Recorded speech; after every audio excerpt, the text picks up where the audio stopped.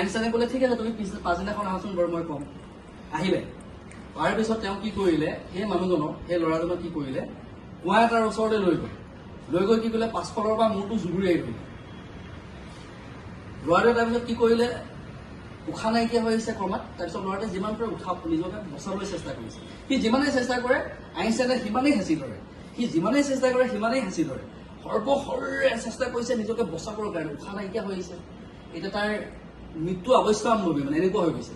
আইনষ্টাইনে সিমান জোৰেৰে তেওঁক হেঁচি ধৰিছে।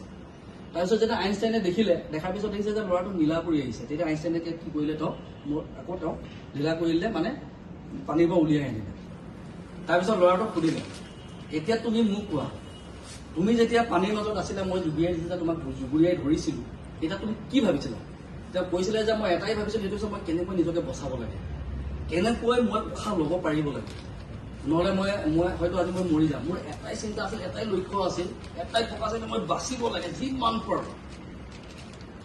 আইনষ্টাইনে ক'লে, তুমি যদি নিজৰ লক্ষ্যত উপনীত হ'ব বিচাৰিছা, যিমানটো সৰ্বশক্তিৰে শক্তি প্ৰয়োগ কৰিছিলা, সেই শক্তি তুমি কামতো দিয়া। সেই ধৰণে ভাবি লোৱা যে আজি আৰু মোৰ জীৱনৰ অন্তিম দিন, মই চাগে আৰু বাচি নাথাকিম, আজিয়ে মোৰ শেষ দিন হয়। তো ইমানখিনি কি লাগিব, নিষ্ঠা লাগিব, সততা লাগিব, ডেডিকেশ্যন লাগিব, ডিটাৰমিনেশ্যন লাগিব, লিডাৰশ্বিপ লাগিব, ঠিক আছে, জছ লাগিব, ইণ্টেনচিটি লাগিব, পাৱাৰ লাগিব, মটিভেশ্যন লেভেল। এজন মানুহে যেতিয়া নিজৰ কামত যথাযথভাৱে কাম কৰি যায়, তেওঁৰ মনলৈ আত্মবিশ্বাস আপোনা আপুনি আহে, তেওঁ কোনো আত্মবিশ্বাস দিব নালাগে।